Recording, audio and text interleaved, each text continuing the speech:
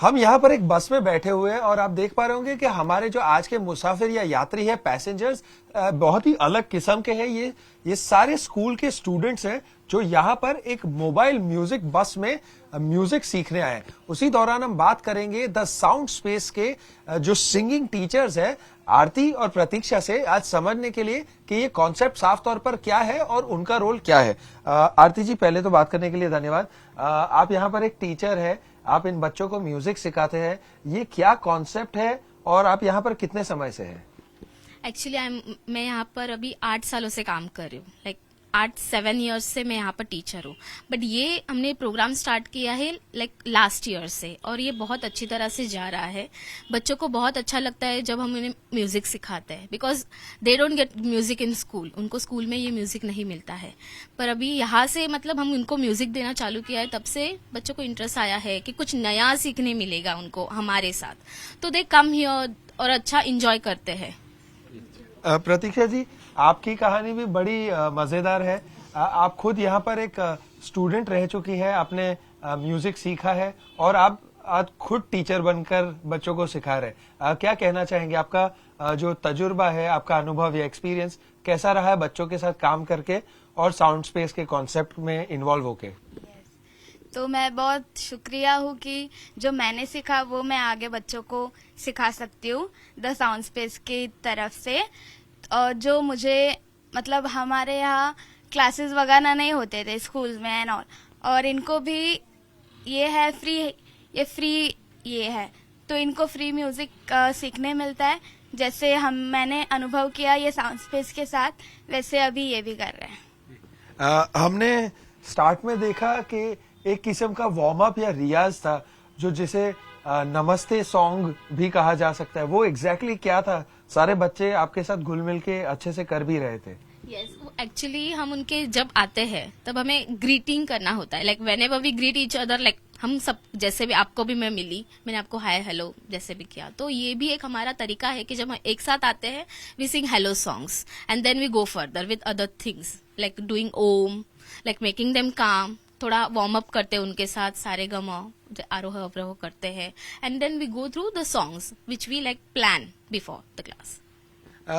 यहाँ आपके जो सारे स्टूडेंट्स एनरोल्ड हैं आपके साथ, वो काफी डिफिकल्ट और चैलेंजिंग बैकग्राउंड से आते हैं और लो इनकम ग्रुप फैमिली से भी आते हैं, तो यहाँ पर आके उनको एक अच्छा सा डिस्ट्रैक्शन मिलता है म्यूजिक के जरिए। उनका क्या कहना है? आप बच्चों के साथ 9 साल से काम कर रहे हैं, उनका आपको किस तरह का कहना है? लाइक अभी ये बच्चों के लिए बहुत नया है भी, जैसे मैंने बोला कि हमने ये लास्ट ईयर ही शुरू किया है प्रोग्राम, तो इन्हें अभी उतना म्यूजिक के बारे में नॉलेज नहीं है and we try to give them that knowledge. जैसे ये रूरल एरियाज में मतलब ऐसा होता है ना, they don't have that good background at home, sometimes they use some different words which we don't allow them to actually. So when they come here we try to teach them like how to get away from that words and how to like treat people nicely, how to be good to like other people's, how to like talk with them, like we teach them that also. We have like very good norms. When we come we say namaste, greeting words. If they see anybody around also road, they do namaste. That's also very good gesture to like greet somebody. So I think that have changed. Like we made them change like that, I feel. प्रतीक्षा, हमने देखा कि जगह पर तरह तरह के posters लगे हैं, अपने बच्चों को स्माइली बॉल्स भी दिए, पॉम पॉम्स भी दिए, तो ये जो प्रॉप्स यूज करने का तरीका है वो एग्जैक्टली उसमें आप क्या सिखाना चाह रहे हैं बच्चों को? वो क्या एक्टिविटी है? तो हम बच्चों को सिर्फ गाने सिर्फ नहीं सिखाना चाहते हैं, उन्हें म्यूजिक के थ्रू अलग अलग एक्टिविटी हम कराना चाहते हैं। तो वो एक्टिविटी फन होने के लिए हम ये सारे अलग अलग प्रॉप्स यूज करते हैं, जिससे मतलब वो और इन्वॉल्व हो और अच्छे से समझ पाए पूरा गाना, एंड इसलिए जैसे कि आपने देखा कि ये दोनों टीचर्स आरती और प्रतीक्षा ने हमसे बात करते हुए द साउंड स्पेस का क्या कॉन्सेप्ट है बताया, और मेरे पीछे आप देख रहे हैं तकरीबन 2 दर्जन बच्चे आज इंडिपेंडेंस डे के दिन पर भी आए हैं, इतने पैशनेट है म्यूजिक को लेकर। और बस के एंड में अगर आप देखेंगे तो ढेर सारे म्यूजिक इंस्ट्रूमेंट्स भी वहां पर लगाए गए हैं। कुछ टीचर्स जो है यूकेलेली जैसे इंस्ट्रूमेंट्स बजाकर और खुद गाना गाकर भी बच्चों को पूरी तरह इस प्रोसेस में इन्वॉल्व करने का प्रयास करते हैं। हम यहाँ पर एक ऐसी बस पर मौजूद है जहाँ पर बिल्कुल पैसेंजर्स नहीं देखने मिलते, लेकिन यात्री जो है बड़े पैशनेट है म्यूजिक के कॉज को लेकर। जी हाँ, हम यहाँ पर साउंड स्पेस म्यूजिकल मोबाइल बस पर मौजूद है और मेरे साथ आज दोनों बहनें मौजूद है जो एक को फाउंडर्स की हैसियत पे भी यहाँ पर काम करते हैं, विशाला और कामाक्षी खुराना। आज हम इनसे समझेंगे कि ये साउंड स्पेस म्यूजिकल बस क्या है, यहाँ पर ढेर सारे इंस्ट्रूमेंट्स देखने मिलते हैं और काफी सारे एक्साइटेड बच्चे जो आज बैंक हॉलिडे के दिन पर भी आ गए हमारे साथ बात करने। विशाला, पहले तो मैं आपसे समझना चाहूंगा कि ये साउंड स्पेस एग्जैक्टली क्या है और ये कहाँ से ये आइडिया जन्मी थी। एक्चुअली हम एक म्यूजिकल फैमिली से हैं, तो हमारे लिए म्यूजिक बहुत ही महत्वपूर्ण है और हमें लगता है कि अगर म्यूजिक नहीं हो तो हमारा दिन खत्म नहीं होता, मतलब इट डजंट फील कंप्लीट। तो इसीलिए हमें लगा कि जो बाकी बच्चे हैं वो तो क्लासेस आ सकते हैं और म्यूजिक का महत्व एंजॉय कर सकते हैं, बट जो ये बच्चे हैं उनके पास म्यूजिक लाना हमारे लिए एक पैशन जैसे बन गया कि उनके पास ये म्यूजिक करने का अपॉर्चुनिटी नहीं आता है। एंड दैट इज वाई हमने ये मोबाइल म्यूजिक क्लासरूम शुरू किया है जो बस्ती के बाहर जाके बच्चों के लिए क्लासेस प्रिपेयर करता है। कामाक्षी, यहाँ पर देखने मिलता है कि लो इनकम ग्रुप हो या अंडर प्रिविलेज्ड हो, उन बच्चों को मेन फोकस रखा गया है। इसके पीछे की विचारधारा या थॉट प्रोसेस क्या थी एग्जैक्टली? एक सेफ स्पेस बच्चों के लिए क्रिएट करना, ये हमारे लिए बहुत इम्पोर्टेंट था कि यहाँ पे आके आप कुछ ऐसा सीखे जहाँ से आप एक्सप्रेसिव बन सके, अपनी खुद की एक आइडेंटिटी क्रिएट कर सके। और हम ये म्यूजिक द्वारा करना चाहते थे क्योंकि सॉन्ग्स के जो मीनिंग्स होते हैं और जब हम ओपनली गाते हैं या मूवमेंट करते हैं उसमें हमें इतना फन, रिलैक्सेशन रिलैक्सेशन, ये दोनों चीजें मिलते हैं सो इस तरह से हमने सोचा ये एक स्पेस हम क्रिएट करेंगे जहाँ पे कलरफुल इन्वायरमेंट हो, बच्चे अंदर आए तो उनको लगे ये हमारा क्लासरूम है, यहाँ पे हम म्यूजिक सीखते हैं और जब हम यहाँ से जाते हैं रिफ्रेश्ड होके खुश होके जाते हैं घर। क्योंकि आपने एक एक्सप्रेशंस की साफ तौर पर बात की, तो जब आप गाना गा रहे थे तो कुछ बच्चे इमोट भी कर रहे थे, तरह तरह के इमोशंस, उनके चेहरे पे ढेर सारे एक्सप्रेशंस है, वो भी देखने मिल रहे थे। कहीं ना कहीं बहुत ज्यादा मजा लेकर वो गा रहे थे और इन्वॉल्व हो रहे थे। एक्चुअली ये ह्यूमन नेचर ही है, राइट? अगर हमें सैड फील हो रहा है तो हम एक सैड सॉन्ग लगा देंगे या ये नेचुरली हम सबके लिए, बहुत सारे लोगों के लिए music is a very good friend. तो हम यही फ्रेंडशिप इन बच्चों को करवाना चाहते हैं म्यूजिक के साथ, ताकि जिंदगी भर उनका कोई फ्रेंड हो अपने साथ, कभी लोनली नहीं फील करे कि अगर मुझे लग रहा है तो मैं एक सॉन्ग गुनगुना सकती हूँ या गुनगुना सकता हूँ।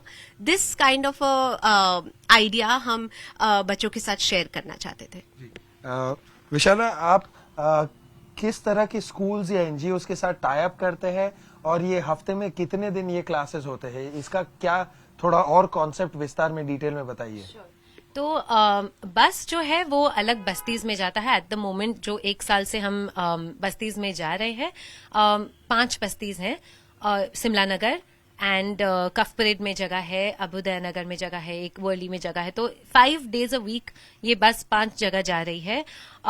इसका स्कोप बहुत बड़ा है, तो जब फंडिंग मिलती है तो ये बस दिन में कहीं जा सकता है, शाम को कहीं जा सकता है। It can be in many more बस्तीज। इसका बहुत ज्यादा आई थिंक यूज इसका बहुत ज्यादा हो सकता है।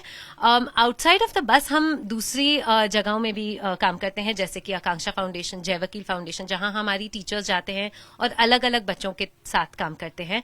बट जब बस की बात की जाए तो एट द मोमेंट तो हम 5 जगह में है और जैसे फंडिंग मिलती रहेगी वैसे हम और जगह जा पाएंगे। आप पर्सनली किस इंस्ट्रूमेंट को प्ले करते हैं और इसके पीछे की क्या विचारधारा है कि एक इंस्ट्रूमेंट लेकर बच्चों को क्लासरूम सेटअप टाइप जगह में सिखाया जाए? क्या सोच रहे थे आप? आई थिंक एक्चुअली हम इंडियन क्लासिकल म्यूजिशियंस हैं, तो मोस्टली हमारा ट्रेनिंग जो है वो वोकल में हुआ था। बट कोविड के टाइम मुझे ऐसा लगा कि बच्चों के साथ कनेक्ट करने के लिए एक फन स्ट्रिंग इंस्ट्रूमेंट अगर सीखा जाए तो क्लास थोड़ा और मजेदार हो सकता है और कम्युनिकेशन बच्चों के साथ अटेंशन ज्यादा मिल सके। तो मैंने एक्चुअली सेल्फ टीच की है यूकेलेली अपने आप को during Covid, and I think कि क्लासेस में ये बहुत बेनिफिट देता है बिकॉज बच्चों का सडनली अटेंशन आ जाता है और अगर कभी कभी बच्चों का ध्यान नहीं रहता है या थोड़ा बोर्डम सेट इन होता है तो विद द यूकेलेली थोड़ा और फन क्रिएट हो सकता है। हमने देखा कि आपकी जो बस है काफी सारे पोस्टर्स से काफी सारे चार्ट पेपर्स से डेकोरेटेड है, इंटरेस्टिंग क्राफ्ट वर्क भी यहाँ पर किया गया है, जो सारी म्यूजिक की टर्मिनोलॉजीज है यहाँ पर देखने मिल रही है। सिर्फ म्यूजिक का नहीं, लेकिन बच्चों को तमीज भी सिखाई जा रही है। कहीं ना कहीं आपके जिस तरह के ग्रीटिंग्स है, जेस्चर्स कैसे होने चाहिए, उसके बारे में थोड़ा जानना चाहेंगे। एक्चुअली जैसे आई डोंट नो, हमें ऐसे हमेशा लगता है कि एक सोशल इमोशनल लर्निंग की जो बात करी जाए तो म्यूजिक से बहुत इजीली हो सकता है। तो अगर आप देखेंगे हमारे बस में जो पोस्टर्स लगे हैं म्यूजिक के काफी लगे हैं, but also you know sharing, greetings, ये सारी जो चीजें हैं ये म्यूजिक से सीखा जा सकता है। कभी कभी हमारे पास सबके लिए इंस्ट्रूमेंट्स नहीं होते हैं, बट हम किस तरह से शेयर कर सकते हैं। और फिर अगर हम म्यूजिक क्रिएट कर रहे हैं, आप अगर एक बैंड देखेंगे तो अलग अलग म्यूजिशियंस अलग अलग इंस्ट्रूमेंट्स बजाते हैं, कोई गाना गाता है, राइट। हर एक का एक रोल होता है, एक टर्न होता है, एक खासियत होती है, एक अहमियत होती है। ये हम बच्चों को सिखा सकते हैं through music. Small small activities से हम उनके इमोशंस को यू नो एक स्ट्रक्चर दे सकते हैं। You know sharing, feeling of happiness, sadness, कभी कभी इन बच्चों को ये चांस मिलता ही नहीं है कि how do I feel happy, how do I feel sad, there is no place, कोई जगह ही नहीं है मेरे लिए ये सब करने के लिए। बट ये छोटे छोटे रिमाइंडर्स है ये बच्चों के लिए कि हमारे इमोशंस है, हमें रिकॉग्नाइज करना है और हम एक्सप्रेस कर सकते हैं थ्रू द म्यूजिक। मेरा आखिरी सवाल रहेगा, बहुत बच्चों के माता पिता भी आते हैं और उनका यही कहना है कि आपके टेस्टिमोनियल्स में भी मैं पढ़ रहा था कि बच्चे जो है अब घर पे रुकते ही नहीं है, क्योंकि वो गाना जो सीख कर आया है आपके साथ, वो घर पे भी गुनगुनाने लगते हैं। True, this has to go back home. ये वापस घर नहीं जाएगा तो इसका फुल फायदा हम नहीं उठा रहे, राइट। तो अगर अब हमारे पास फ्री टाइम है घर पे तो शायद हम थोड़ा प्रैक्टिस कर ले, इंस्टेड ऑफ यू नो अपना माइंड कहीं और डाइवर्ट होने में, शायद हम थोड़ा सिंगिंग प्रैक्टिस कर ले, या फिर हम कोई नया सॉन्ग सीख के आ जाए स्कूल में, यू नो क्लास में।